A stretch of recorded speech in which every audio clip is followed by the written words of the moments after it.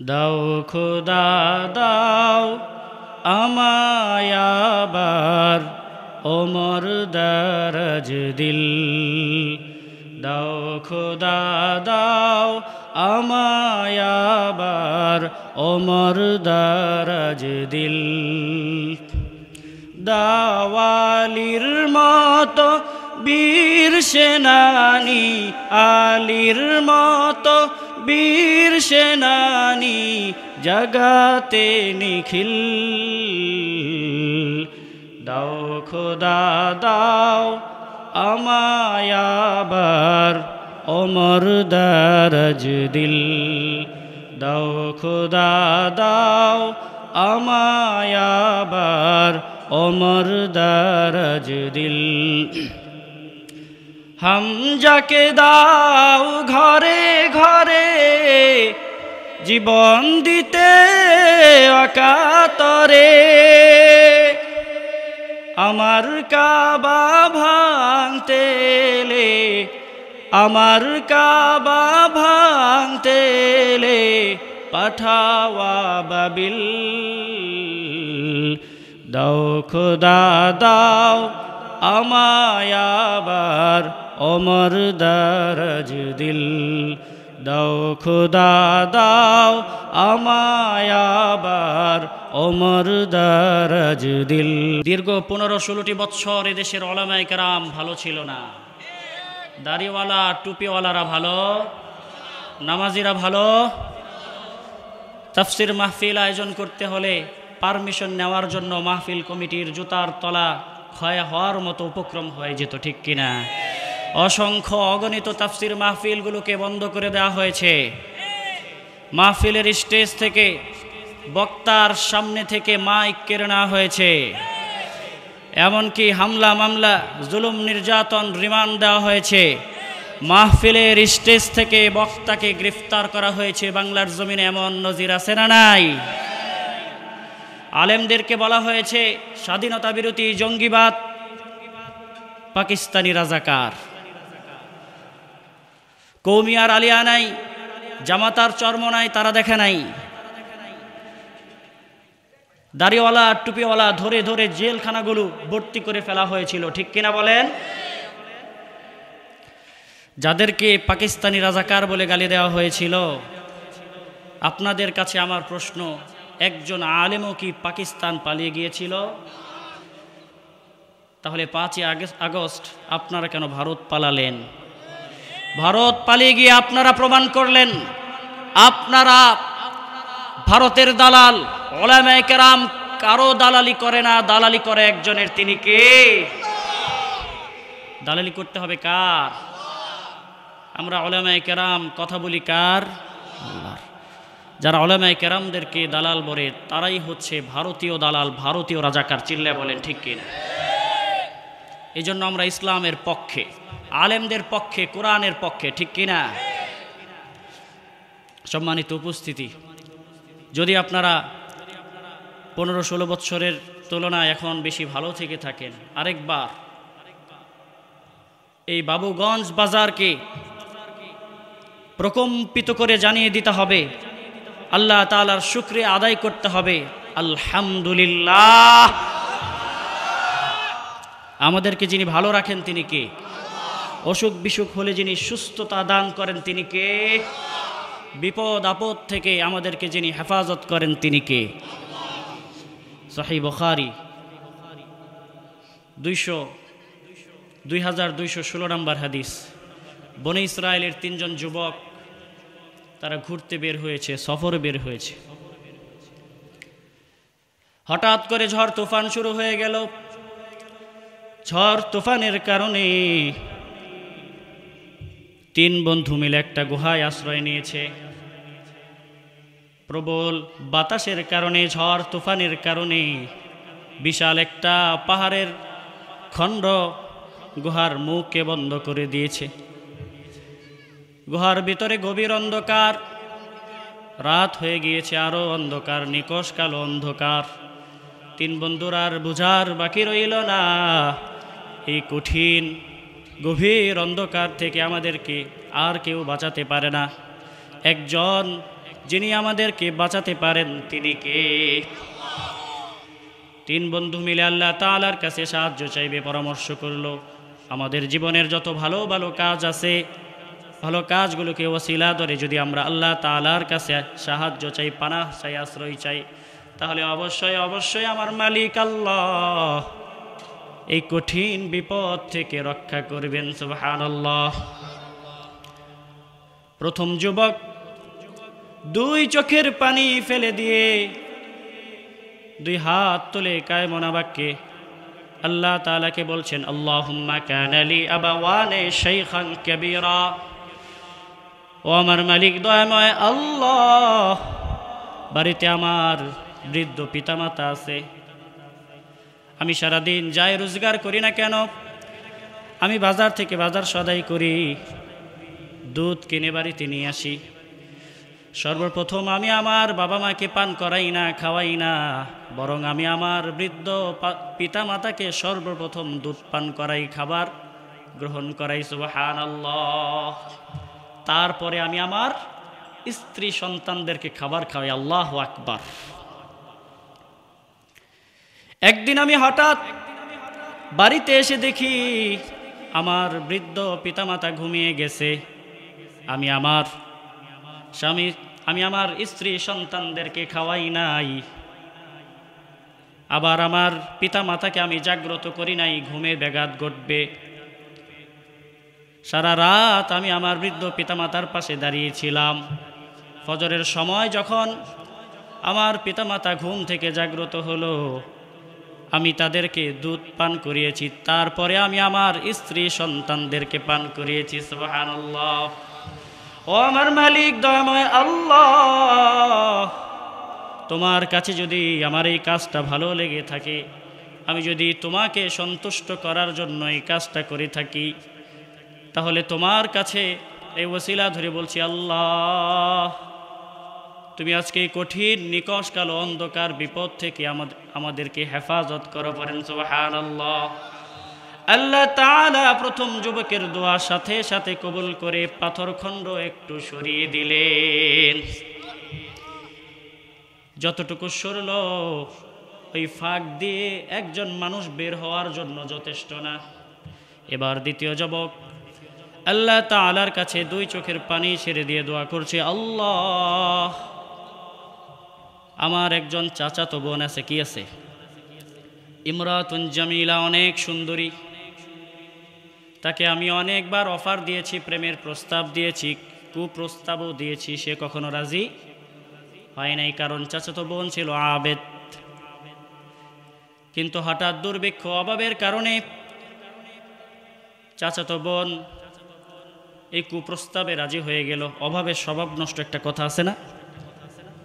ঘরে খাবার নাই, অভাব। চাচাতো ভাইয়ের কাছে গিয়ে বলে, তুমি আমাকে কিছু টাকা দাও, বিনিময়ে তুমি আমাকে যে অফার দিয়েছিলে আমি সেটায় রাজি হয়ে গেলাম। নাউজুবিল্লাহ। নির্জন অন্ধকারে যখন চাচাতো ভাই চাচাতো বোনের সাথে জেনায় লিপ্ত হবে, চাচাতো বোন আল্লাহর ওয়ালি আবেদা বললেন, ইত্তাকুল্লাহ, ও আমার ভাইজান ভয় করো একজনকে, তিনি কে?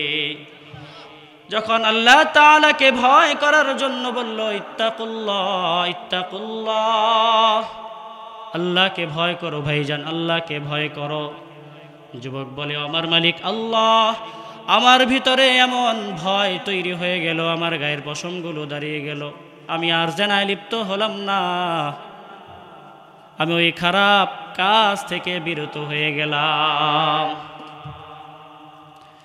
ও আমার মালিক আল্লাহ, আমি যদি তোমাকে ভয় করে তোমাকে সন্তুষ্ট করার জন্য জিনা থেকে, ব্যভিচার থেকে, অন্যায় কাজ থেকে বিরত থেকে থাকি, আর এই কাজটা যদি তোমার কাছে পছন্দনীয় হয়ে থাকে, এর বিনিময়ে এই কঠিন বিপদ থেকে আমাদেরকে হেফাজত করো। সুবহানাল্লাহ। আল্লাহ রাব্বুল আলামিন দ্বিতীয় যুবকের দোয়াও কবুল করে পাথরখণ্ড আর একটু সরিয়ে দিলেন। সুবহানাল্লাহ। আরেকটু সরার পরে একজন মানুষ ওই ফাঁকা দিয়ে বের হবে, বের হওয়ার জন্য যথেষ্ট। এবার তৃতীয় যুবক তৃতীয় বন্ধু আল্লাহ তাআলার কাছে দুই চোখের পানি ছেড়ে দোয়া করছে, ও আমার মালিক আল্লাহ, আমার আন্ডারে দুনিয়াতে অনেক শ্রমিক কাজ করত, কাজ করার পরে আমি তাদেরকে উজরত বিনিময় দিয়ে দিতাম। একদিন একজন শ্রমিক সারাদিন কাজ করে সন্ধ্যাবেলা টাকা না নিয়েই চলে গেল। আমি অনেক খোঁজাখুঁজির পরে ওই ব্যক্তিকে পেলাম না।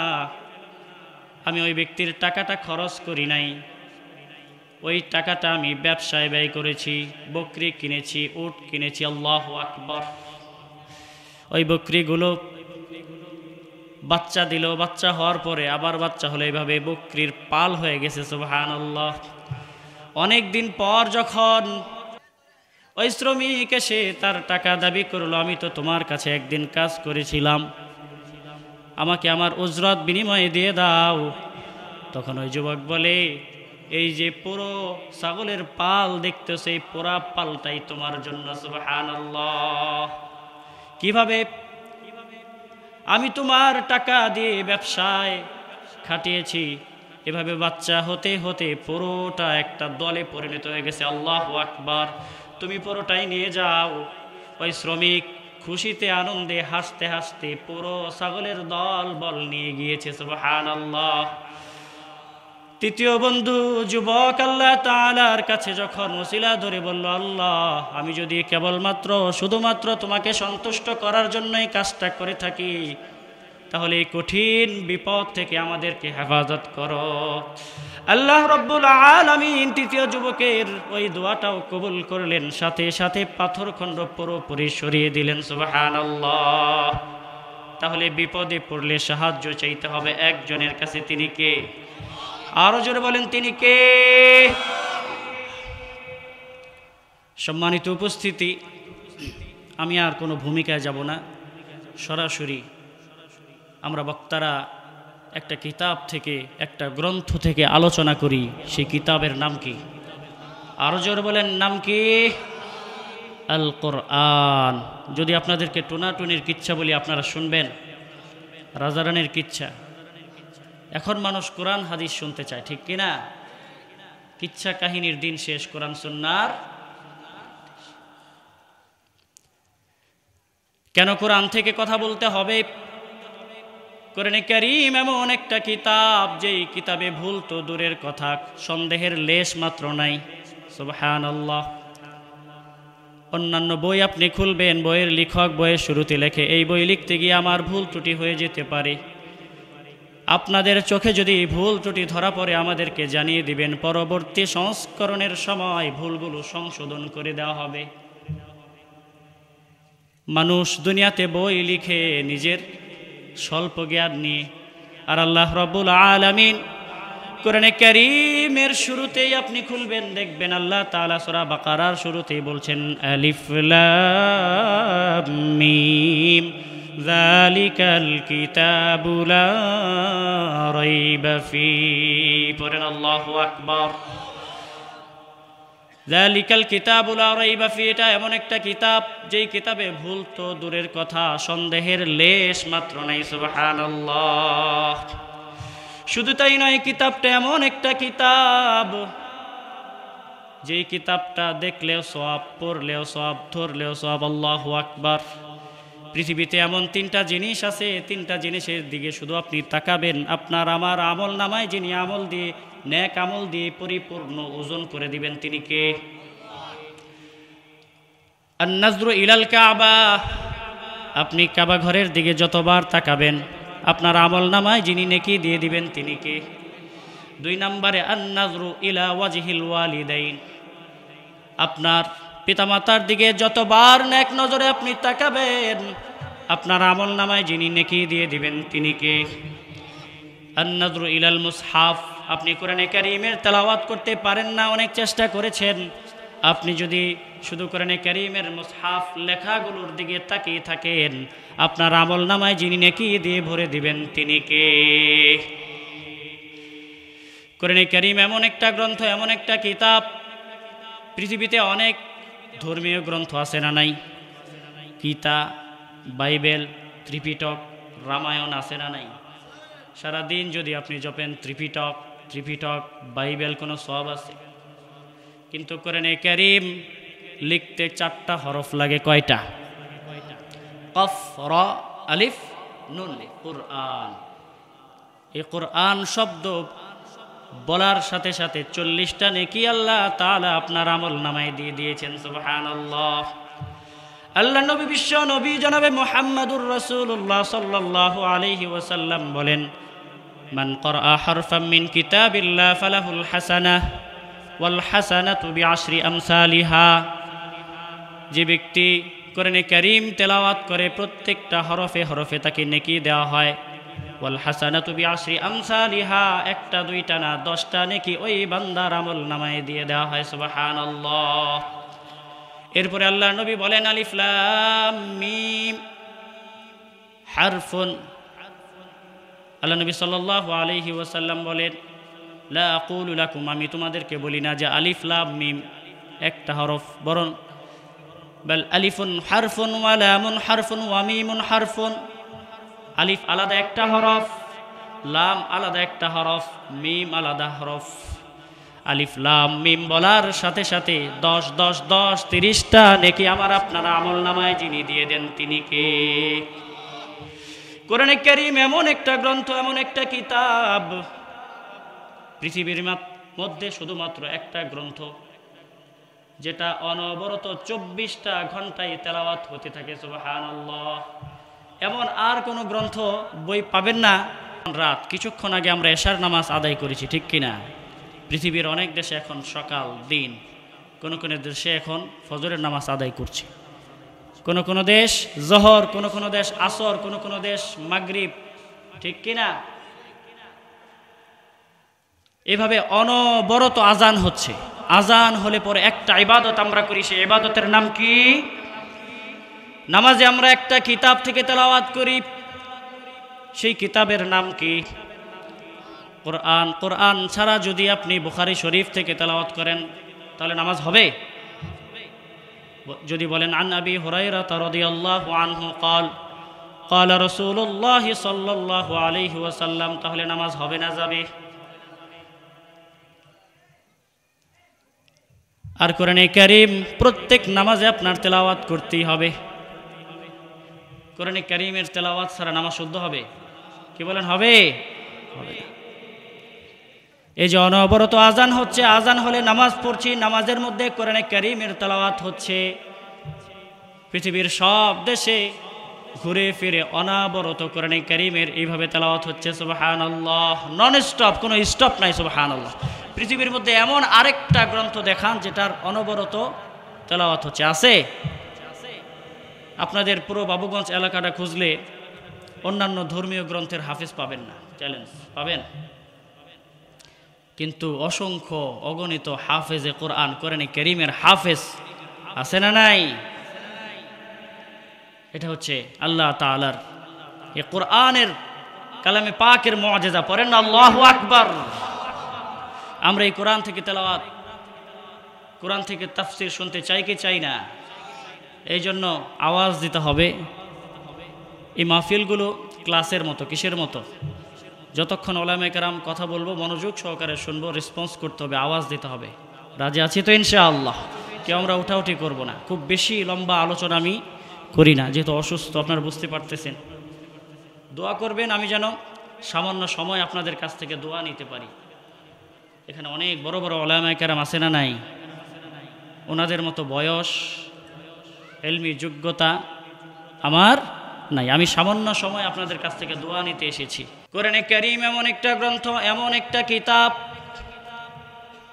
এই কিতাবটা আল্লাহ রাব্বুল আলামিন পাহাড় পর্বতমালার উপর নাজিল করতে চেয়েছিলেন। আল্লাহ তাআলা সূরা হাশরের 21 নম্বর আয়াতে বলছেন, লাউ আনজালনা হাযাল কুরআন আলা জাবালিল লারাআইতাহু খাশিআম মুতাসাদ্দিআম মিন খাশিয়াতিল্লাহ। পড়েন সুবহানাল্লাহ। আল্লাহ রাব্বুল আলামিন বলেন, যদি এই কোরআন মানুষের উপর নাজিল না করে পাহাড় পর্বতের উপর নাজিল করা হতো, তাহলে আপনি দেখতে পেতেন পাহাড় পর্বত মালাগুলো ভীত সন্ত্রস্ত হয়ে বিদীর্ণ হয়ে গিয়েছে। সুবহানাল্লাহ। আল্লাহ রাব্বুল আলামিন আমার আপনার উপর কোরআনে কারীম নাজিল করেছেন। কোরআনে কারীমের মধ্যে আল্লাহ তাআলা এমন কোনো কিছু নাই যে বলেন নাই ওয়ানাজ্জালনা আলাইকাল কিতাবা তিবয়ানাল লিকুল্লি শাই। মানব জীবনে প্রয়োজন আল্লাহ তাআলা বলেন নাই এমন কোনো বিষয় নাই, সব কিছু আল্লাহ তাআলা সবিস্তারিত আলোচনা করেছেন। সুবহানাল্লাহ। আমার ভাইরা, কোরআনে কারীমে 114টা সূরা আছে, বয়ান করে শেষ করা যাবে না। আমি ছোট্ট 2টা সূরার কথা বলবো। কোরআনে কারীমের একটা সূরা আছে, সূরার নাম হচ্ছে সূরাতুল মুলক। সূরার নাম কি? সূরাতুল মুলক। এই সূরার আরেকটা নাম হচ্ছে আল মানিআতু মিন আযাবিল কবর। কবরের আযাবকে প্রতিরোধকারী সূরা। কবরের আযাবকে প্রতিরোধকারী সূরা। যে ব্যক্তি প্রতি রাতে সূরাতুল মুলক তেলাওয়াত করবে, ওই ব্যক্তির ইন্তেকালের পরে সূরাতুল মুলক একটা আকৃতি নিয়ে ওই কবরবাসীর মাথার কাছে দাঁড়িয়ে যাবে। সুবহানাল্লাহ।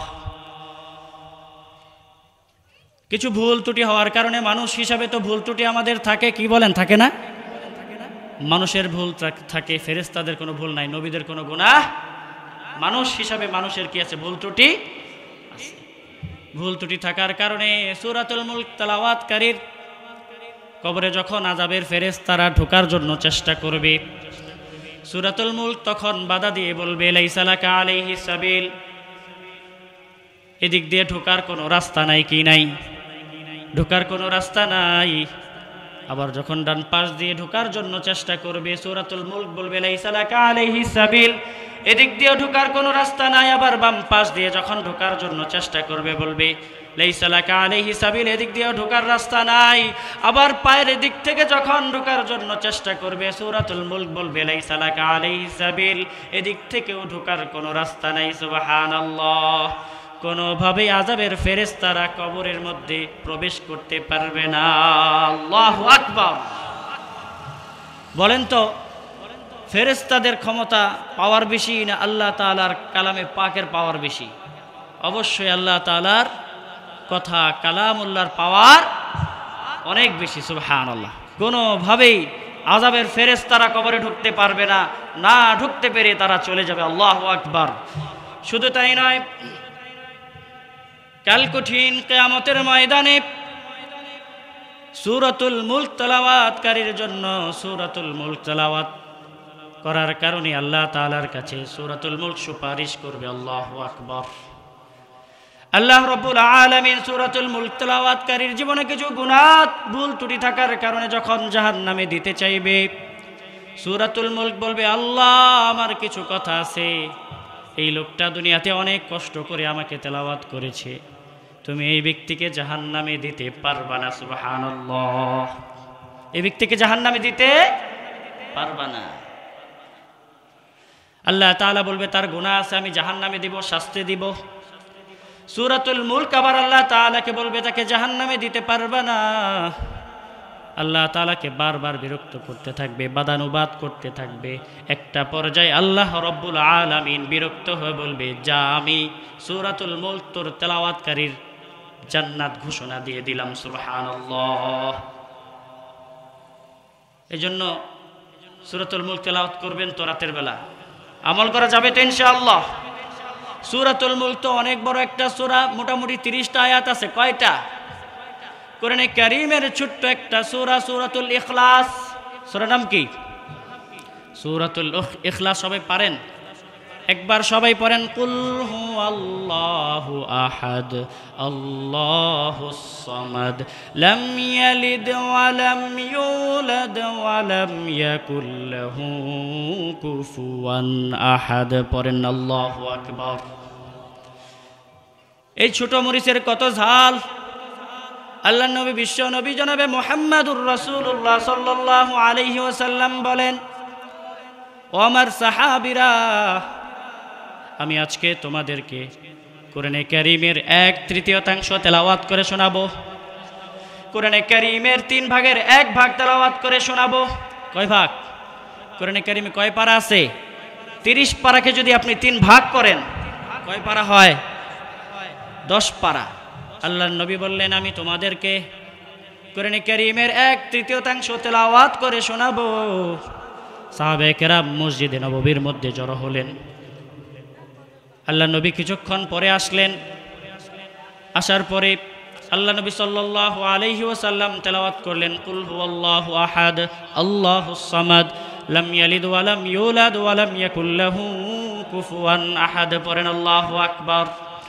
আল্লাহর নবী বিশ্ব নবী জনাবে মুহাম্মাদুর রাসূলুল্লাহ সাল্লাল্লাহু আলাইহি ওয়াসাল্লাম সূরাতুল ইখলাস তেলাওয়াত করে চলে গেলেন। কিন্তু সাহাবায়ে কেরাম আরো জড়ো হতেই আছে, মসজিদে নববীতে আসতেই আছে। আল্লাহর নবী অনেক সময় পরে যখন দেখলেন সাহাবায়ে কেরাম এখনো বসা, লোকজন এখনো আসতেছে, সাহাবায়ে কেরাম আসতেছে, আল্লাহর নবী সাল্লাল্লাহু আলাইহি ওয়াসাল্লাম মসজিদে নববীতে আবার গেলেন। যাওয়ার পরে তখন বললেন, ও আমার সাহাবীরা, তোমরা কেন বসে আছো, এখনো কেন যাও না? সাহাবায়ে কেরাম বলেন, ইয়া রাসূলুল্লাহ, ইয়া হাবিবাল্লাহ, আপনি তো আমাদেরকে বলেছেন আপনি আমাদেরকে কোরআনে কারীমের 1/3 তেলাওয়াত করে শোনাবেন। আল্লাহ নবী সাল্লাল্লাহু আলাইহি ওয়াসাল্লাম বলেন, ও আমার সাহাবীরা, সূরাতুল ইখলাস ইন্নাহা তা'দিলু সুলুসুল কুরআন, এই যে আমি পড়লাম কুল হুয়াল্লাহু আহাদ আল্লাহুস সামাদ লাম ইয়ালিদ ওয়া লাম ইউলাদ ওয়া লাম ইয়াকুল লাহু কুফুয়ান আহাদ, এই যে সূরাতুল ইখলাস পড়লাম, সূরাতুল ইখলাস একবার তেলাওয়াত করলে 10 পারা পড়লে যে সওয়াব সমপরিমাণ সওয়াব ওই বান্দার আমলনামায় দিয়ে দেওয়া হয়। সুবহানাল্লাহ। তাহলে ছোট মরিচের জাল আছে না নাই? আরেকটা হাদিস শুনবেন, তিরমিজির বর্ণনা এসেছে, মসজিদে কুবার ইমাম সাহেব প্রতি নামাজে শুধু সূরাতুল ইখলাস পড়ে। কুল হুয়াল্লাহ কোন সূরা? সূরাটা সবাই পারেন না?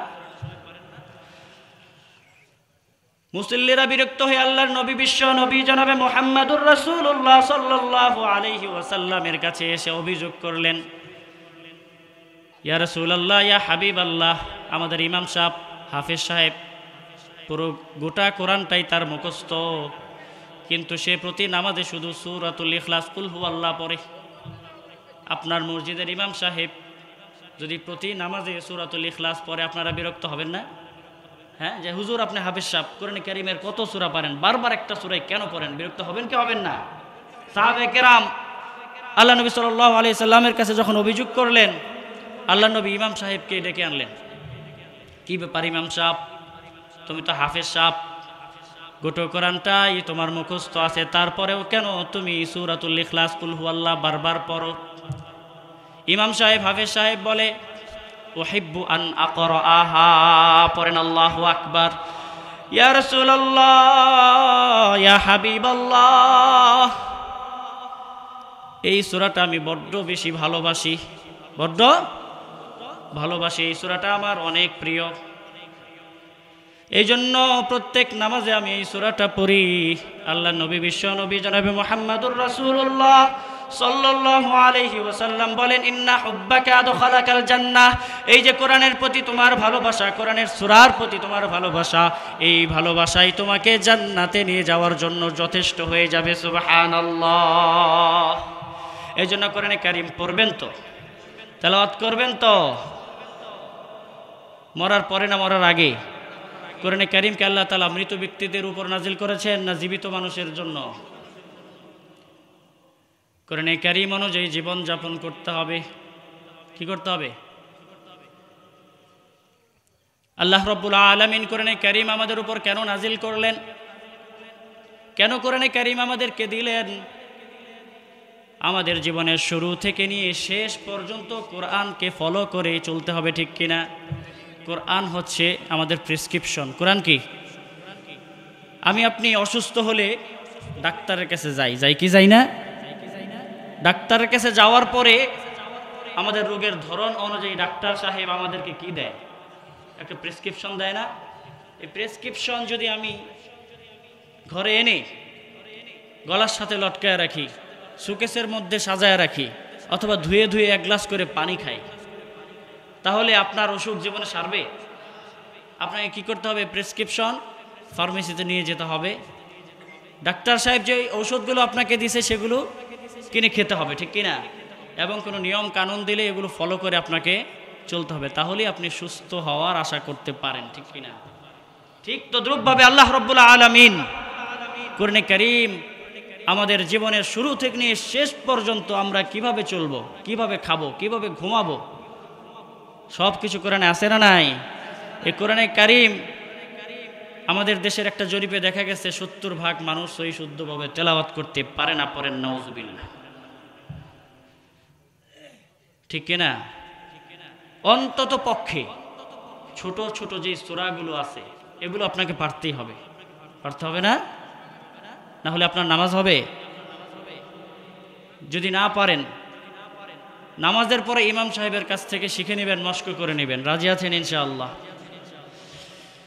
কোরআনে কারীম যদি আপনি সামনে রেখে জীবনযাপন করেন, কোরআনে কারীম আপনাকে হেদায়াত দেবে, পথ প্রদর্শন করবে। কোন পথ? বর্তমানের ব্যাখ্যা বোঝা আমাদের জন্য সহজ।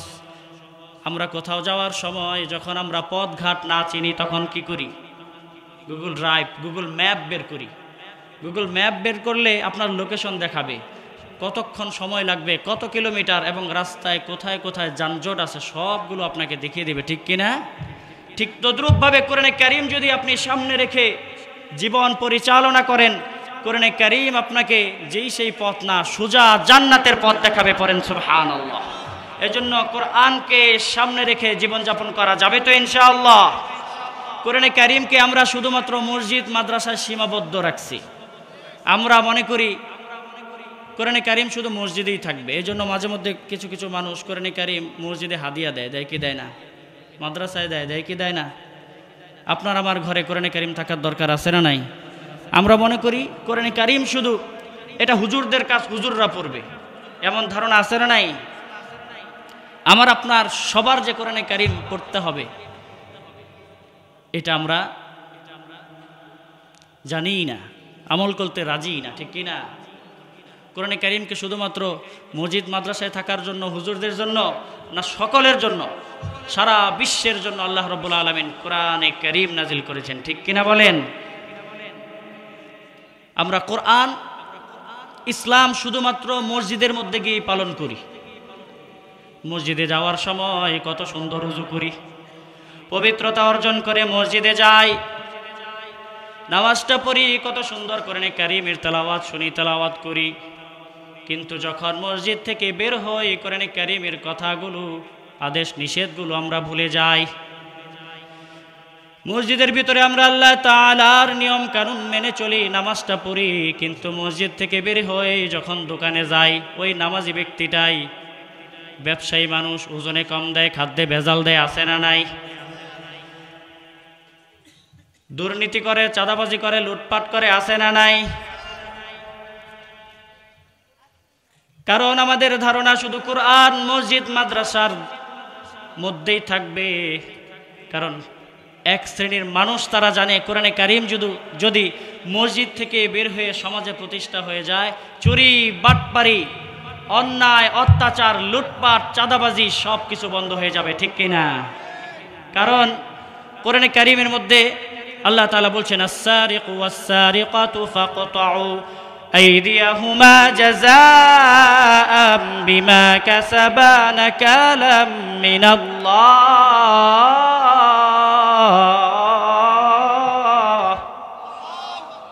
চোর, চোরনি, চোর পুরুষ হোক বা মহিলা, চোরের শাস্তি হলো, কোরআনে কারীম বলে আল্লাহ তাআলার আদেশ হচ্ছে হাত কেটে দিতে হবে। কি কেটে দিতে হবে? হাত কেটে দিতে হবে।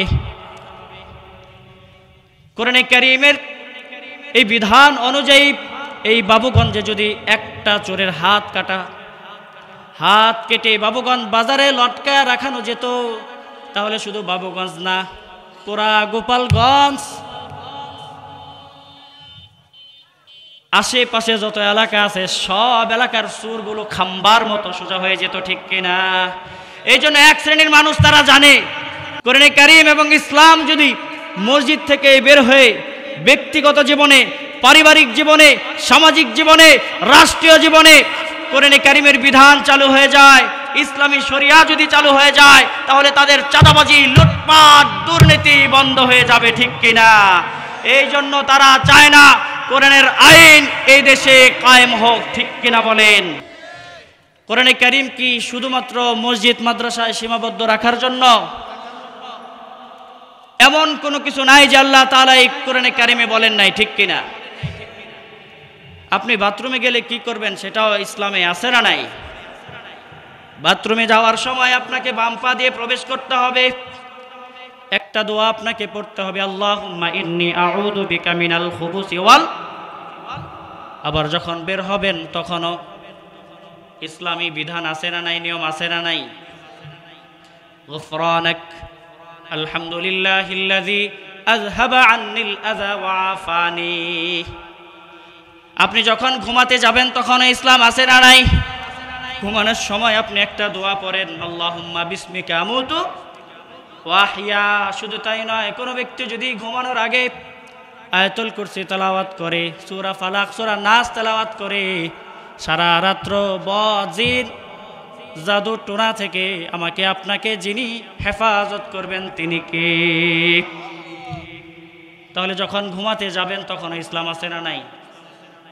একজন শিশু বাচ্চা যখন জন্মগ্রহণ করে তখন ইসলাম কোরআনের বিধান আছে না নাই? শিশু বাচ্চার মাথার চুলগুলো ফেলে দিতে হবে, ইসলামে একটা নাম রাখতে হবে, সুন্দর নাম, আকিকা দিয়ে দিতে হবে, ঠিক কিনা? শুধু তাই নয়, আপনি যখন বিবাহ শাদী করেন তখন ইসলাম আছে না নাই? বিবাহের মহারণা ইসলামে আছে না নাই? শুধু তাই নয়, আপনার ইন্তেকালের পরে আপনাকে যখন কবরে রাখা হয় তখন ইসলামের বিধান আছে না নাই? কবরে রাখার সময় আপনাকে কি বলা হয়? লাশ রাখার সময় কি বলেন? বিসমিল্লাহি ওয়া আলা মিল্লাতি রাসূলিল্লাহ। তাহলে জীবনের শুরু থেকে নিয়ে শেষ পর্যন্ত, মাথা থেকে নিয়ে পা পর্যন্ত ইসলাম আছে না নাই? আপনি শুধু মসজিদে ইসলাম পালন করলেই হবে না, কোরআনে কারীম শুধু মসজিদ মাদ্রাসায় সীমাবদ্ধ রাখলেই হবে না। জীবনের সব জায়গায় প্রত্যেকটা ক্ষেত্রে কোরআনে কারীমের বিধিবিধান মেনে চলার দরকার আছে না নাই? মেনে চলা যাবে তো ইনশাআল্লাহ। আমার ভাইয়েরা, বলতেছিলাম কোরআনে কারীম এমন একটা কিতাব, এমন একটা গ্রন্থ, যে গ্রন্থ তেলাওয়াত শুনলে ঈমান বৃদ্ধি পায়। কি পায়? ইন্নামাল মুমিনুনা আল্লাযীনা ইযা যুকিরাল্লাহ ওয়াজিলাত কুলুবুহুম ওয়া ইযা তুলিয়াত আলাইহিম আয়াতুহু যাদাতুহুম ঈমানা। পড়েন আল্লাহু আকবার। মুমিনদের সামনে যখন কোরআনে কারীমের তেলাওয়াত করা হয় তখন তাদের ঈমান বৃদ্ধি পেতে থাকে। কি পেতে থাকে? ঈমান বৃদ্ধি পেতে থাকে। আমার আপনার ঈমান বৃদ্ধি পাওয়ার দরকার আছে না নাই? একজন কারি যখন তেলাওয়াত করে দেখবেন চোখ দিয়ে টপ টপ করে পানি বেয়ে বেয়ে পড়ে। অনেক ইমাম সাহেব আছে, তাদের পেছনে যখন নামাজের ইক্তেদা করেন কত মজা আছে না নাই? কাবা শরীফের ইমামদের তেলাওয়াতে মজা আছে না নাই? যখন ইমামদের তেলাওয়াতগুলো শুনি আমার আপনার মনকে যিনি নরম করে দেন তিনি কে? কোরআনে কারীমের তেলাওয়াত শুনে অনেক কাফের বেঈমান মুশরিক ঈমান এনেছে, ইসলাম গ্রহণ করেছে, এমন নজির আছে না নাই? একজন কাফের কায়েস বিন আসিম আল মুনকিরি, সে আল্লাহর নবী, বিশ্ব নবী জনাবে মুহাম্মাদুর রাসূলুল্লাহ সাল্লাল্লাহু আলাইহি ওয়াসাল্লামের কাছে এসে বলে, ও মুহাম্মদ, ইকরা মা উনজিলা আলাইক, তোমার উপর কি যেন একটা নাজিল হয়েছে, তুমি গুনগুন করে তেলাওয়াত করো, পড়ো, আমাকে একটু কি পড়ে শোনাবা? আল্লাহ নবী, বিশ্ব নবী জনাবে মুহাম্মাদুর রাসূলুল্লাহ সাল্লাল্লাহু আলাইহি ওয়াসাল্লাম কোরআনে কারীমের সবচাইতে সুন্দর সূরা, যেই সূরাকে বলা হয় জিনাতুল কোরআন, কোরআনে কারীমের অলংকার, সূরাতুর আর রহমান তেলাওয়াত করে শোনালেন। সুবহানাল্লাহ। আল্লাহ নবী, বিশ্ব নবী যখন তেলাওয়াত করলেন, আর রহমান আল্লামাল কোরআন,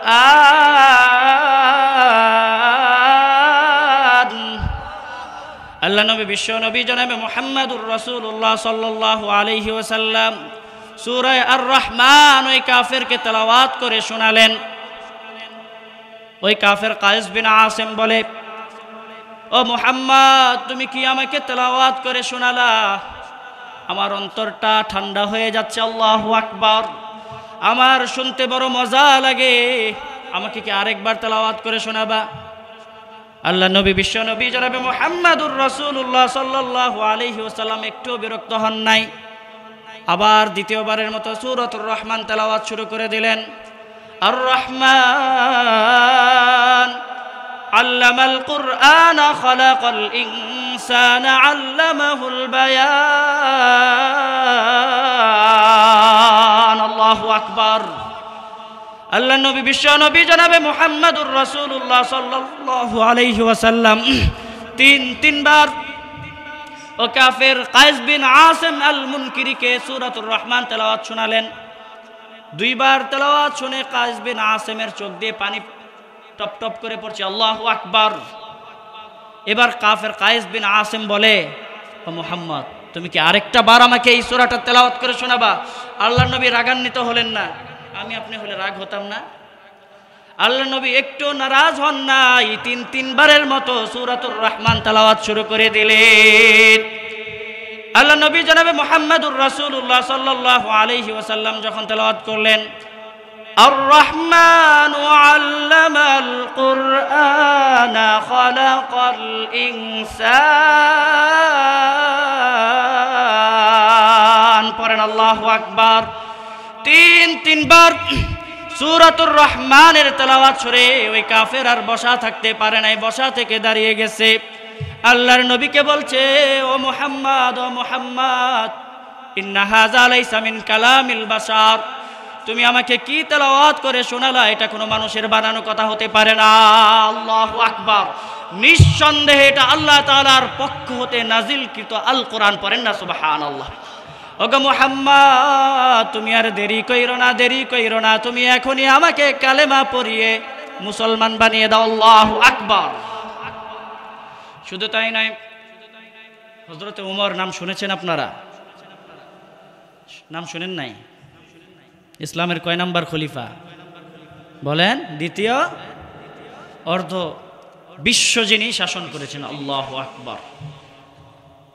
ইবতেদা ইসলামে হযরতে উমর ছিলেন একজন কাফের, কট্টর কাফের। আল্লাহ নবী সাল্লাল্লাহু আলাইহি ওয়াসাল্লাম ইসলামের প্রাথমিক যুগে গোপনে গোপনে ইসলামের প্রচার করতেন। আল্লাহ নবী সাল্লাল্লাহু আলাইহি ওয়াসাল্লামকে কাফেররা বিভিন্নভাবে অত্যাচার, জুলুম, নির্যাতন করেছে, ঠিক কিনা? এই জন্য আল্লাহ নবী সাল্লাল্লাহু আলাইহি ওয়াসাল্লামকে আল্লাহ তাআলা গোপনে গোপনে ইসলামের দাওয়াত দেওয়ার জন্য বলেছেন। আল্লাহ নবী সাল্লাল্লাহু আলাইহি ওয়াসাল্লাম দুই চোখের পানি ছেড়ে দিয়ে দুইজন মানুষের জন্য দোয়া করলেন। আল্লাহুম্মা আইজিল ইসলাম বিআহাব্বির রাজুলাইনি ইলাইক। আয় আল্লাহ, দুইজন মানুষের মধ্যে একজনকে তুমি ইসলামের জন্য কবুল করো। সুবহানাল্লাহ। মক্কার বড় বড় লিডাররা ঘোষণা দিয়ে দিল, মুহাম্মদ তো নতুন ধর্ম আবিষ্কার করেছে, এভাবে যদি চলতে থাকে আমার আপনার বাপ দাদার ধর্মের কোনো অস্তিত্ব থাকবে না। তারা মিটিং বসলো যে মুহাম্মদকে আর রাখা যাবে না, তার দেহ থেকে কল্লা আনাদা যে করে দিতে পারবে তাকে এনাম দেওয়া হবে, পুরস্কার দেওয়া হবে। উমর তখন কট্টর কাফের তরবারি নিয়ে দাঁড়িয়ে গেল। সে নবীজি সাল্লাল্লাহু আলাইহি ওয়াসাল্লামের দিকে রওনা হয়ে গেল। হযরত উমর গরম মানুষ, তাকে দেখে একজন পথিক বলছে, ওমর কোথায় যাও? উমর বলে, মুহাম্মদ নতুন ধর্ম আবিষ্কার করেছে, আমার বাপ দাদার ধর্মের সে বিরোধিতা করে, তার দেহ থেকে কল্লাটা আলাদা করতে যাচ্ছি। করেন না নাউজুবিল্লাহ। ওই সাহাবী বলে, ওমর তুমি তোমার ঘরের খবর আগে নাও, কারণ আমি জেনেছি। তুমি তোমার ঘরের খবর নাও, কারণ আমি জেনেছি তোমার বোন ফাতেমা তার স্বামী সহ সব পরিবারে তারা ইসলাম গ্রহণ করেছে। পড়েন না আল্লাহু আকবার। উমরের মাথা আরো গরম হয়ে গেল। এবার উমর আর নবীজির কাছে রওনা হয় না, বোন ফাতেমার বাড়ির দিকে রওনা হয়ে গেল। বাড়ির কাছে যাওয়ার সাথে সাথে ঘর থেকে গুনগুন করে কোরআনে কারীমের তেলাওয়াত চলছে। আল্লাহু আকবার। হযরত উমর যখন দরজা কটকট করলো, ভিতরে ছিলেন হযরতে খাব্বাব, জায়েদ, ওনারা সাথে সাথে একটু আড়ালে চলে গেল, লুকিয়ে গেল। কারণ উমর গরম মানুষ, মাথা গরম, কি না কি করে ফেলে। বোন ফাতেমা যখন দরজা খুলল, দরজা খোলার সাথে সাথে ওমর তার বোনকে ইচ্ছা মতো প্রহার করে রক্তাক্ত করে দিল, নাউজুবিল্লাহ। এবার অনেক আঘাতের পর আঘাত করে মারতে মারতে যখন ওমর ক্লান্ত, মানুষ পরিশ্রম করলে ক্লান্ত হয়, মনটাও তখন নরম হয়, ঠিক কিনা? মনটা নরম, বসে আছে ক্লান্ত। হঠাৎ করে ওমর বলছে, ফাতেমা তুমি কি যেন গুনগুন গুনগুন করে তেলাওয়াত করছিলে, আমি বাহির থেকে শুনতে পাচ্ছিলাম, আমাকে কি একটু দেখাবা? বোন ফাতেমা বলে, ভাইজানটা অপবিত্র অবস্থায় ধরতে পারবেন না, লা ইয়ামাসসুহু ইল্লাল মুতাহহারুন, পড়েন সুবহানাল্লাহ। ডোন্ট টাচ উইদাউট অ্যাবলুশন, পবিত্রতা ছাড়া কোরআনে কারীম স্পর্শ করা যায়। হযরতে ওমর গোসল করলেন, হেদায়েতের খেলা শুরু হয়ে গেছে। আল্লাহু আকবার। কারণ দোয়া করেছেন কে? আল্লাহর নবী। আল্লাহর নবীর দোয়া কি কোনোভাবে মিস হতে পারে?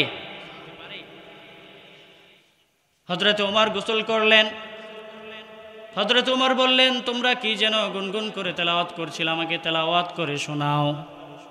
তখন সূরা তাহা হযরতে ওমরকে তেলাওয়াত করে শোনানো হলো। তাহা মা আনজালনা আলাইকাল কুরআনা লিতাশকা, পড়েন আল্লাহু আকবার। হযরতে ওমর আরবি সাহিত্যিক ছিলেন, আরবি ভাষা খুবই ভালো বুঝতেন। মা আনজালনা আলাইকাল কুরআনা লিতাশকা, এই কুরআন কাউকে কষ্ট দেওয়ার জন্য নাজিল করা হয় নাই, সুবহানাল্লাহ। অথচ ওমর একটু আগে তার বোনকে কষ্ট দিয়েছে, ঠিক কিনা? হযরত ওমর সূরা তাহা তেলাওয়াত শুনে তার অন্তরটা, হৃদয়টা গলে গেল, তার চোখ দিয়ে টপ টপ করে পানি বের হওয়া শুরু করলো। আল্লাহু আকবার। এবার হযরতে খাব্বাব বলে, চলো তাড়াতাড়ি আমরা ওমরকে নবীজির কাছে নিয়ে যাই, পড়েন না সুবহানাল্লাহ। ওমর যখন আল্লাহর নবী সাল্লাল্লাহু আলাইহি ওয়াসাল্লাম দারুল আরকামের মধ্যে ছিলেন, দারুল আরকামে সাহাবে কেরামের সাথে মুজাকারা করছিলেন, হঠাৎ দূর থেকে যখন সাহাবে কেরাম দেখলেন উমর গরম মানুষ আসতেছে, না জানি কোন অঘটন ঘটায়, তরবারি নিয়ে আসতেছে, সাহাবে কেরাম বলেন, ইয়া রাসূলুল্লাহ, ইয়া হাবিবাল্লাহ, আপনি একটু আড়ালে চলে যান, আপনি একটু আড়ালে চলে যান, না জানি কি কাণ্ড ঘটায়।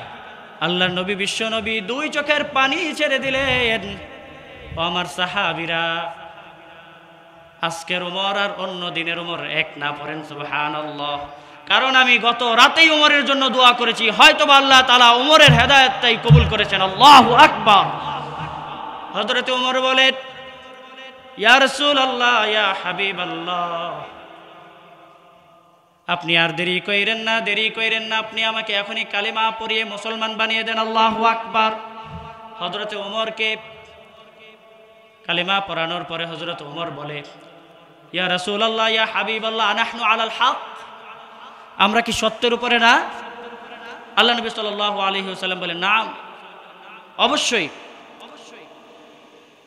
হযরত ওমর বলেন, ফাফিমাল ইখতিফা, তাহলে গোপনে গোপনে আর ইসলাম প্রচার না, আজকে থেকে প্রকাশ্যে ইসলাম প্রচার হবে। সুবহানাল্লাহ। হযরত ওমর তখন মাত্র 11 জন সাহাবী ইসলাম গ্রহণ করেছে। কয়জন? 11 জন। হযরত ওমর আল্লাহ নবী সাল্লাল্লাহু আলাইহি ওয়াসাল্লামের কাছে অনুমতি চাইলেন, ইয়া রাসূলুল্লাহ, আমি একটা তাকবীরের ধ্বনি দিতে চাই, মিছিল করতে চাই, দারুল আরকাম থেকে নিয়ে কাবা ঘর পর্যন্ত। আল্লাহু আকবার। মিছিলের নেতৃত্ব দিয়েছিলেন সেদিন হযরতে ওমর, পড়েন না সুবহানাল্লাহ। মিছিলের স্লোগান ছিল আল্লাহু আকবার, আল্লাহু আকবার। যখন আল্লাহু আকবার, আল্লাহু আকবার ধ্বনিতে আরবের অলিগুলো প্রকম্পিত হচ্ছিল, যারা ঘোষণা দিয়েছিল মুহাম্মদের দেহ থেকে যারা কল্লা আলাদা করতে পারবে তাদেরকে এনাম দেওয়া হবে, পড়েন না নাউজুবিল্লাহ। আবু লাহাব, উতবা, সাইবা সব গর্তে লুকাইছে। সর্বনাশ। মিছিলের নেতৃত্ব দিচ্ছে উমর, পড়েন না সুবহানাল্লাহ।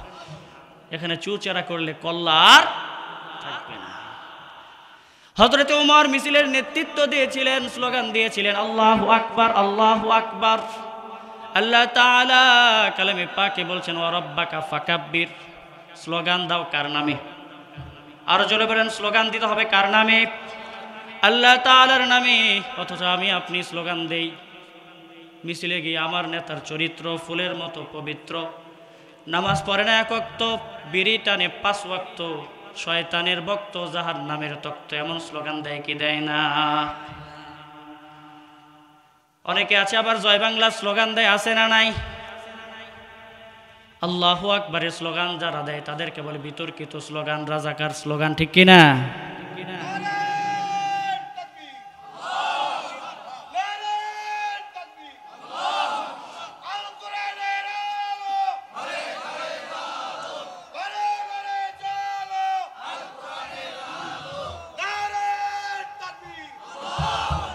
আমার আপনার জীবনের শুরু থেকে নিয়ে শেষ পর্যন্ত আল্লাহর নামের তাকবীর আছে। কিভাবে? একজন শিশু বাচ্চা যখন জন্মগ্রহণ করে তার ডান কানে আজান দেওয়া হয়, সর্বপ্রথম শব্দ আল্লাহু আকবার, আল্লাহু আকবার, ঠিক কিনা? আবার বাম কানেও একামত দেওয়া হয় আল্লাহু আকবার, আল্লাহু আকবার, ঠিক কিনা? মুয়াজ্জিন 5 বেলা আজান দিতে গিয়ে কি বলে? আল্লাহু আকবার, আল্লাহু আকবার বলে কি বলে না?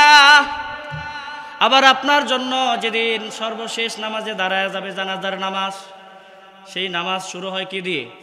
আল্লাহু আকবার, আল্লাহু আকবার। জীবনের শুরু থেকে নিয়ে শেষ পর্যন্ত আল্লাহু আকবার, আল্লাহু আকবার। কিন্তু আমি আপনি আল্লাহু আকবারের স্লোগান দিতে পারি না। যারা আল্লাহু আকবার স্লোগান দেয় তাদের দলে শরীক হতে পারি না। আমি আপনি কাফেরদের স্লোগান দেই জয় বাংলা, ঠিক কিনা? শুধুমাত্র মুসলমানদের স্লোগান হবে একজনের নামে, তিনি কে? এই বাবুগঞ্জের বাজার এলাকা আকাশ বাতাস প্রকম্পিত করে আল্লাহর নামের স্লোগান দিয়ে জানিয়ে দিতে হবে আগামীর বাংলাদেশ আল্লাহর বাংলাদেশ, কোরআনের বাংলাদেশ, ইসলামের বাংলাদেশ, ঠিক কিনা? লিল্লাহে তাকবীর। আল্লাহর নামের তাকবীর দিতে কোনো ভয় আছে মুসলমান? ভয় করতে হবে একজনকে, তিনি কে? আল্লাহ। কোরআনে কারীম নিয়ে আলোচনা শুনছিলাম আমরা, ঠিক না? কোরআনে কারীম এমন একটা কিতাব, আরো কিছুক্ষণ ধৈর্য ধারণ করে বসা যাবে? আপনারা রাগ করছেন, বিরক্ত হচ্ছেন, গলাটা ভেঙে গেছে, এজন্য আপনাদের একটু কষ্ট দিচ্ছি। আর বেশি সময় নিব না, আরো কিছুক্ষণ ধৈর্য ধারণ করার তৌফিক দান করুন পারে না আমি। সম্মানিত উপস্থিতি, কোরআনে কারীম এমন একটা গ্রন্থ, এমন একটা কিতাব, যেই কিতাব আমাকে আপনাকে তেলাওয়াত করতেই হবে, পারতেই হবে, ঠিক কিনা? হাফেজে কোরআন যারা, তাদের মেধা আপনি জাতা মনে করেন না। কোরআনে কারীমের শুরু থেকে নিয়ে শেষ পর্যন্ত মুখস্থ করা এটা কোনো সহজ বিষয় না। আপনার এলাকায় আপনি যাচাই করে দেখেন, স্কুল কলেজ যদি থাকে আশেপাশে, অথবা ভার্সিটি যদি থাকে, কলেজ থাকে, সেখানে গিয়ে বলবেন তোমার একটা বই নাও। ভালো ছাত্র যে, তাকে গিয়ে বলবেন তোমার একটা বই নাও, তুমি শুরু থেকে নিয়ে শেষ পর্যন্ত শুধুমাত্র একটা সাবজেক্ট, সবগুলো না, একটা সাবজেক্টের একটা বই শুরু থেকে নিয়ে শেষ পর্যন্ত আমাকে একটু পড়ে শোনাও, মুখস্থ। পারবে? পারবে না। বরং তারা শর্ট সাজেশন খুঁজে, ঠিক কিনা? পরীক্ষার আগে মাস্টারদের কাছে গিয়ে বলে স্যার একটু দাগায়া দেন, সাজেশন দিয়ে দেন, পরীক্ষা যেন ভালো করতে পারি। শুরু থেকে নিয়ে শেষ পর্যন্ত মুখস্থ করে না, এবং তাদের মুখস্থ করার কোনো প্রয়োজনও নাই। কিন্তু কোরআনে কারীম এমন একটা কিতাব, অসংখ্য হাফেজে কোরআন আছে।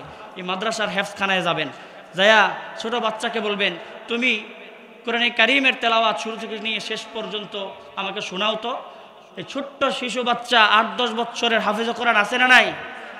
এই হাফেজে কোরআনকে যদি আপনি বলেন যে আমাকে কোরআনে কারীম তেলাওয়াত করে শোনাও পুরাটা, হাফেজে কোরআন বলবে রমজান মাসে আমার পেছনে তারাবিতে দাঁড়িয়ে যান, হাফেজে কোরআন কোরআনে কারীমের শুরু থেকে নিয়ে প্রথম রোজায় শুরু করবে, একেবারে 27 রাত্রে পুরো কোরআন সব মুসল্লিকে শুনিয়ে দিবে, ঠিক কিনা?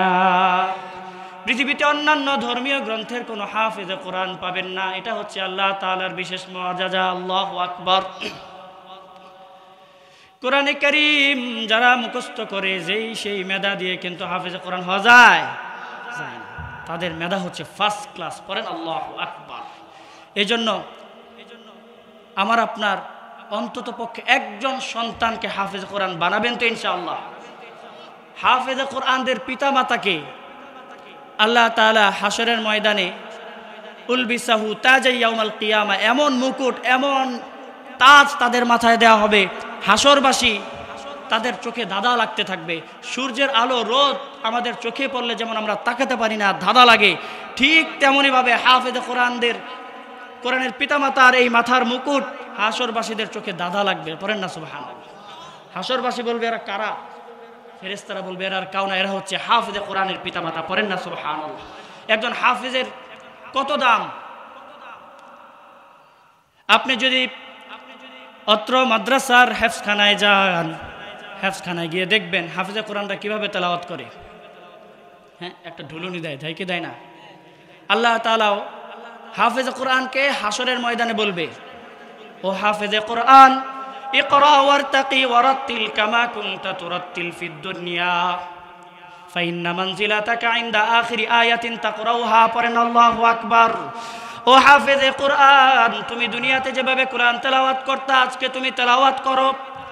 হাফেজে কোরআন হেফজখানায় গিয়ে দেখবেন এভাবে একটা ডুলুনি দেয়, গাড়িতে যেভাবে গিয়ারটা ফেলে একটা স্টার্ট দিয়ে চলা শুরু হয়ে যায়, ঠিক কিনা?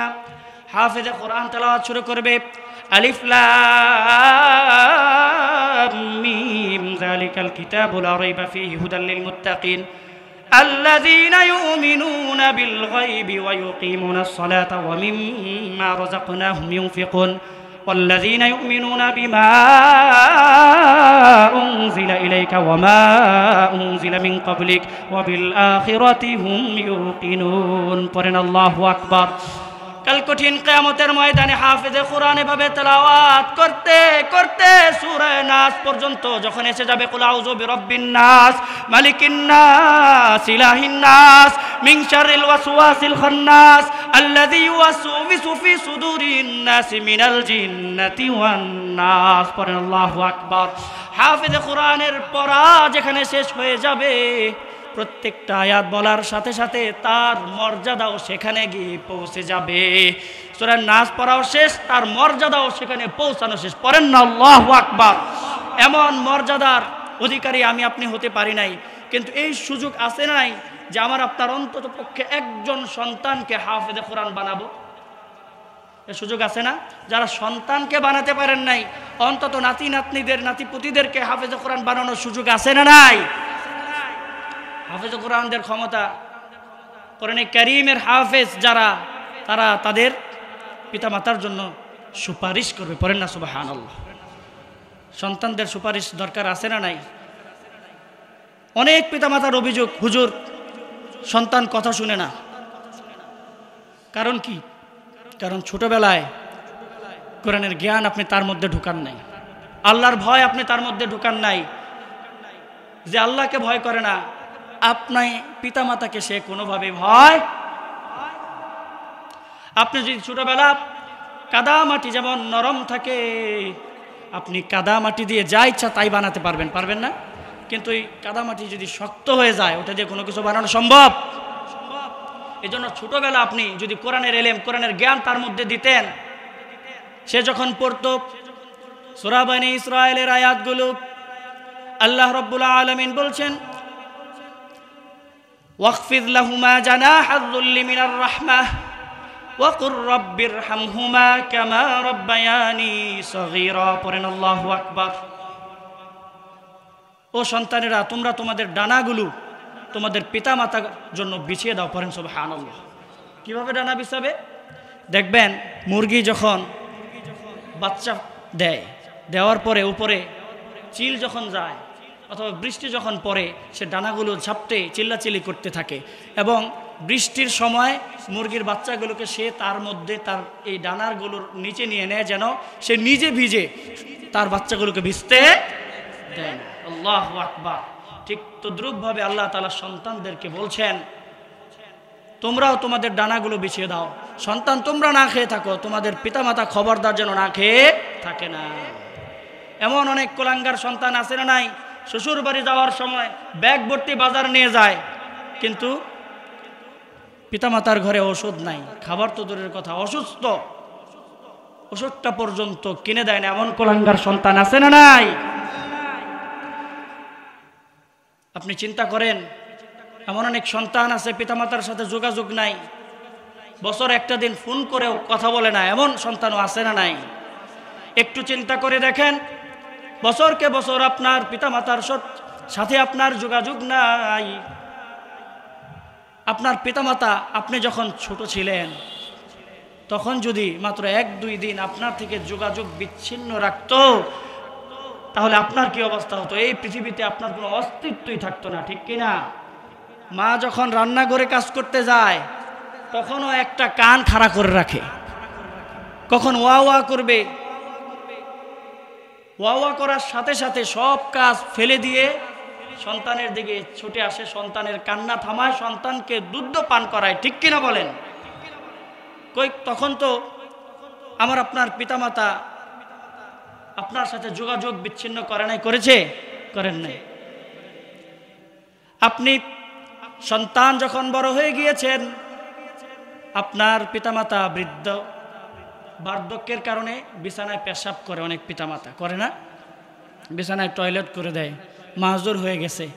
অনেক সন্তান আছে বলে উর বুড়ি, উর বুড়া, গন্ধ লাগে আপনার নাকে, বলে কি বলে না? কিন্তু একটু চিন্তা করে দেখেন তো, আপনি যখন ছোট ছিলেন আপনার বাবা মায়ের শরীরে আপনি কত প্রস্রাব পায়খানা করেছেন? রাতের বেলা বিছনায় শুয়ে বিছনা ভিজাইয়া দিয়েছেন, ডান পাশ থেকে আপনার মা আপনাকে বাম পাশে নিয়ে গেছে, বাম পাশও পেশাব করে ভিজাইয়া দিয়েছেন, জায়গা নাই, আপনার বুকের উপর, মায়ের বুকের উপর নিয়ে নেয় সন্তানকে, নেয় না? মায়ের বুকেও আপনি ভিজিয়ে দিয়েছেন, ঠান্ডা কঠিন শীত, এই শীতের রাতেও আপনাকে আদর করে যত্ন সহকারে ঘুম যিনি পাড়িয়েছেন আমাদের পিতামাতা, ঠিক না? কোথায় তখন তো আমার আপনার পিতামাতার নাকে গন্ধ লাগে নাই। আপনি কুলাঙ্গার সন্তান বড় হয়ে আপনার বৃদ্ধ পিতামাতাকে বলেন আমার নাকে গন্ধ লাগে, দূর, বলে না? এমন আছে না নাই? আস্তাগফিরুল্লাহ। জান্নাত হারাম, পিতামাতাই হচ্ছে জান্নাত, পিতামাতাই হচ্ছে জাহান্নাম। অর্থাৎ আল্লাহ নবী সাল্লাল্লাহু আলাইহি ওয়াসাল্লাম বলেন, পিতামাতার সন্তুষ্টি হচ্ছে জান্নাত, পিতামাতার অসন্তুষ্টি হচ্ছে জাহান্নাম। পড়েন না নাউজুবিল্লাহ। এজন্য সন্তান যারা আছেন পিতামাতাকে কষ্ট দিয়েছেন, আজকের বয়ানের পরে পিতামাতার কাছে গিয়ে ক্ষমা চেয়ে নেবেন, মাফ চেয়ে নেবেন। রাজি আছেন তো ইনশাআল্লাহ? পিতামাতাকে কোনোভাবে কষ্ট দেয়া। আবার সন্তান নষ্ট হওয়ার পিছনে পিতামাতারও অবদান আছে, আছে না নাই? সন্তানদের আপনার খেয়াল রাখতে হবে, যত্ন নিতে হবে। রাস্তার দুই পাশে জংলা গাছ আছে না নাই? রাস্তার আশেপাশে জঙ্গল হয় না? এই জঙ্গল গাছের কিন্তু কোনো যত্ন নিতে হয় না, এমনি এমনি হয়, ঠিক কি না? কিন্তু এমন একটা ফুল বাগানও পাবেন না যেটা যত্ন ছাড়া এমনি এমনি হয়ে গেছে। ফুল বাগান কি যত্ন ছাড়া থাকে? হয়। এই জন্য সন্তানকে আপনার সবসময় নজর রাখতে হবে, যত্ন নিতে হবে। আপনার আমার একটু অবহেলার কারণেই আমার আপনার সন্তান জঙ্গল হতে দেরি করবে না, ঠিক কি না? অনেক পিতা আছে সন্তানকে দিয়ে দোকান থেকে বিড়ি সিগারেট কিনে আনায় না, বলে বাবা পাকঘর থেকে একটু বিড়িটা ধরায় আনো, বলে কি বলে না? এখন সন্তান যদি কৌতূহলবশত বাবা যে টানটা দেয় ধরানোর সময় চিন্তা করে যে আমি একটু টান দিয়ে দেখি, আপনার সন্তান বিড়ি খেতে খেতে যদি গাঞ্জাও ধরে ফেলে, আপনি পিতা হিসাবে আপনার ব্যর্থতা আছে না নাই? আপনার অবদান আছে না নাই? তাহলে সন্তানেরও পিতামাতার প্রতি হক আছে, পিতামাতারও সন্তানের প্রতি দায়িত্ব। শুধুমাত্র পিতামাতাকে দোষ দিলে হবে না, আবার সন্তানদেরকেও দোষারোপ করলে হবে না। সবাই রাজি আছে তো ইনশাআল্লাহ? কারণ যদি সন্তানের যত্ন না নেন, এত পরিশ্রম করছেন সন্তানদের জন্য, এই পিতামাতার জাহান্নামে যাওয়ার কারণ হবে কিন্তু সন্তান। পড়েন না নাউজুবিল্লাহ। সূরা তাগাবুন আল্লাহ রাব্বুল আলামিন বলছেন, ইয়া আইয়ুহাল্লাযীনা আমানু ইন্না মিন আজওয়াজিকুম ওয়া আওলাদিকুম আদুওয়াল লাকুম ফাহযারুহুম। হে ঈমানদারগণ, নিশ্চয়ই তোমাদের স্ত্রী সন্তানাদি কাল কঠিন কিয়ামতের ময়দানে তোমাদের দুশমন হয়ে যাবে। পড়েন না নাউজুবিল্লাহ।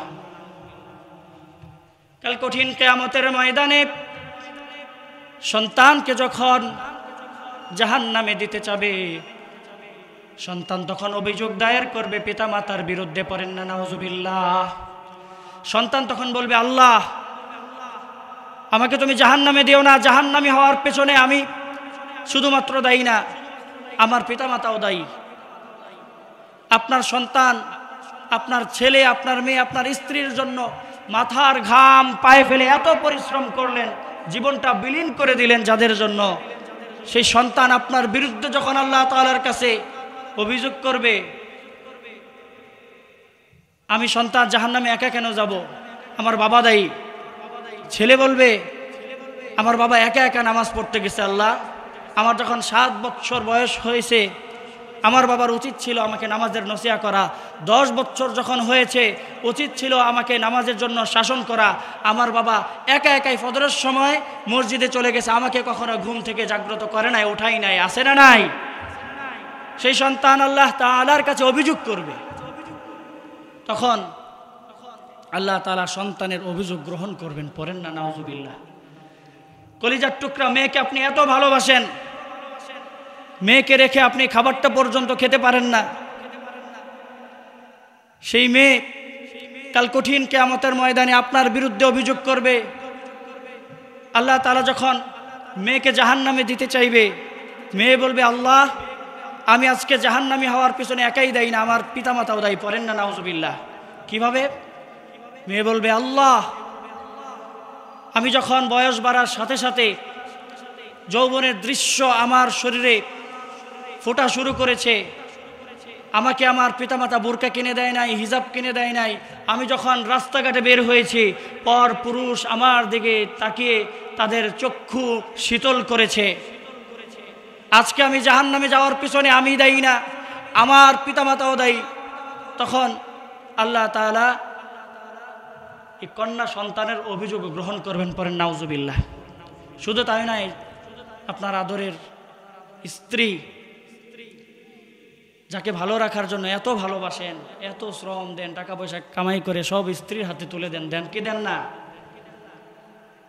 সেই স্ত্রী কাল কঠিন কিয়ামতের ময়দানে আপনার বিরুদ্ধে অভিযোগ করবে, পড়েন না নাউজুবিল্লাহ। তখন আল্লাহ তাআলা বলবে, সন্তান তোমরা কি চাও, স্ত্রী তোমরা কি চাও? তখন বলবে, নাজালহুমা তাহতা আকদামিনা লিয়াকুনা মিনাল আসফালিন, পড়েন নাউজুবিল্লাহ। যে আল্লাহ আজকে আমরা একাই জাহান্নামে যেতে চাই না, আমাদের পিতামাতাকে আমাদের সামনে এনে দেন, আমরা তাদেরকে পিষ্ট করে পায়ের নিচে ফেলে টেনে হেঁচড়ে তাদেরকে সহ জাহান্নামে যেতে চাই, পড়েন নাউজুবিল্লাহ। এজন্য যাদের জন্য মাথার ঘাম পায়ে ফেলে অক্লান্ত পরিশ্রম করে যেই স্ত্রী সন্তানদের জন্য বিলীন করে দিচ্ছেন, তারাই যদি আপনার জাহান্নামে যাওয়ার কারণ হয়, এর চাইতে বড় কপাল পোড়া আর দ্বিতীয়টা হতে। এই জন্য স্ত্রী সন্তানদের ব্যাপারে আল্লাহ তাআলা বলছেন, ফাহজারুহুম, সতর্ক হও। কি হও? স্ত্রী সন্তানদের ব্যাপারে সতর্ক হবেন তো? সতর্ক হওয়া যাবে তো? স্ত্রী সন্তানদের পর্দায় রাখা যাবে তো ইনশাআল্লাহ? নামাজের আদেশ দেওয়া যাবে তো ইনশাআল্লাহ? একজন মুমিনের জীবনে ঈমান আনার পরে সবচাইতে গুরুত্বপূর্ণ হচ্ছে নামাজ। সবচাইতে গুরুত্বপূর্ণ কি? নামাজ। অনেকেই বলে নামাজ পড়ি না, কি হয়েছে, ঈমান ঠিক আছে, বলে না? একেবারে ব্যাঠিক, ডাহা মিথ্যা কথা। নামাজ হচ্ছে জান্নাতের চাবি। আস-সালাতু মিফতাহুল জান্নাহ। নামাজ কিসের চাবি? আপনার কাছে ঘরের চাবি নাই, তালার চাবি নাই, আপনি ঘর খুলে ঢুকতে পারবেন? আপনার কাছে জান্নাতের চাবি নেই, আপনি ঢুকবেন কি দিয়ে? শুধু তাই নয়, কাল কঠিন কিয়ামতের ময়দানে সর্বপ্রথম কিসের হিসাব না হবে?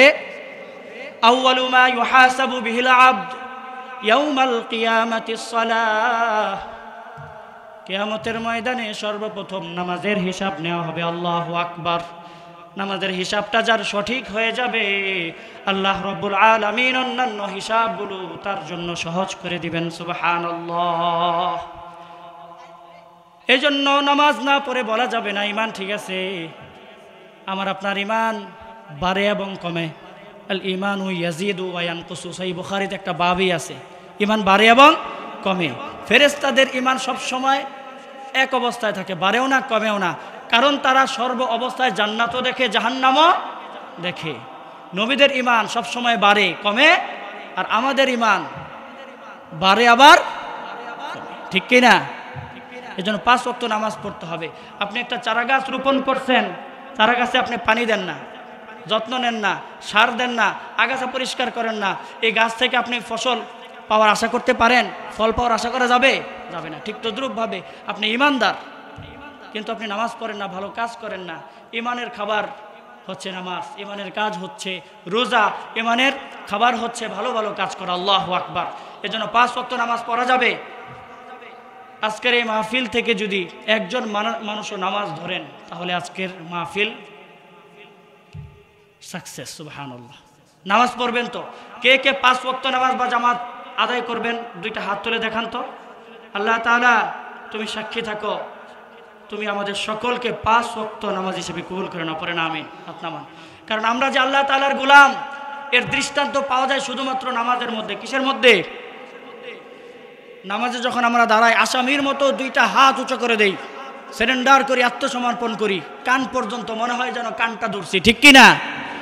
আবার রুকুতে যখন যাই, রুকুতে যাওয়ার সময় মাথাটা একেবারে নুয়ায়ে দেই গোলামের মতো, ঠিক কিনা?